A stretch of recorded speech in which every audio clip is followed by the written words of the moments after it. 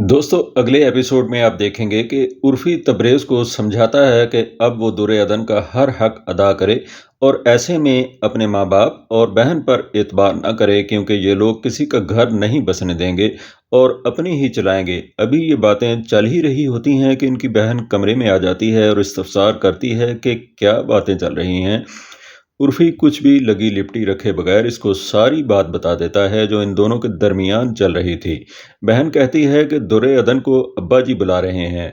तबरेज़ दुर्योधन का हाथ पकड़कर खुद भी साथ ही चला आता है और दोनों को हाथ में हाथ डाले आते देखकर तो सब हैरान रह जाते हैं।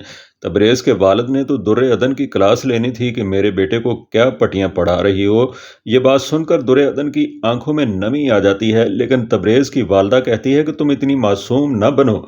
तबरेज़ का वालिद बात बढ़ाएगा, तबरेज़ मेरा बेटा है, वो तुम्हारी बातों में कभी नहीं आएगा। आखिरकार तबरेज़ खुद ही दुर्योधन की सफाई देता है कि इसने मुझे कुछ नहीं कहा, यह फैसला मैंने अपनी मर्जी से किया है और दुर्योधन को लेकर मैं खुद यहाँ आया हूँ।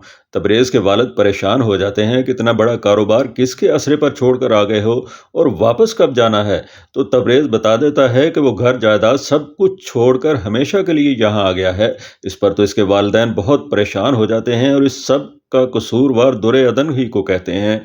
इनके नज़दीक तबरेज़ तो ऐसा नहीं था। दूसरी तरफ सुंबल और इसके वालिद पैसा, नौकर चाकर सब कुछ होने के बावजूद सुकून में नहीं है।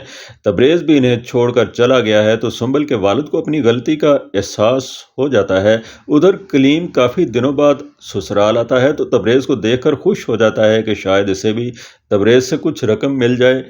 वो तबरेज़ से कहता है कि आप तो बड़े आदमी हैं। तबरेज़ इसकी गलत फहमी दूर करने का कह देता है, जिससे सभी परेशान हो जाते हैं कि अगर ये हकीकत बता दे तो वो जूही को छोड़ देगा। तबरेज़ की वालदा बात बनाने की कोशिश भी करती हैं, लेकिन तबरेज़ अब बदल गया है। कलीम ने भी तो जूही को पैसे की वजह से अपनाया हुआ है, वरना वो इसे कब का छोड़ चुका होता। उधर सुंबल की रिपोर्ट अमेरिका से आ जाती है कि अब इसका इलाज नामुमकिन है, वो अपने पैरों पर कभी खड़ी नहीं हो सकेगी। करीब सोई हुई सुंबल की आंख खुल जाती है और वो अपने वालिद की बातें सुन लेती है। उसका वालिद उसे दिलासा देता है कि सब ठीक हो जाएगा, लेकिन सुंबल को इससे तसल्ली नहीं होती। वो डिप्रेशन में चली जाती है। उधर तबरेज़ के वालिदैन चाहते हैं कि तबरेज़ दुर्योधन का पीछा छोड़ दे।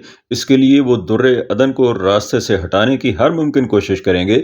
तो दोस्तों, आप अपनी राय से हमें नवाजिए।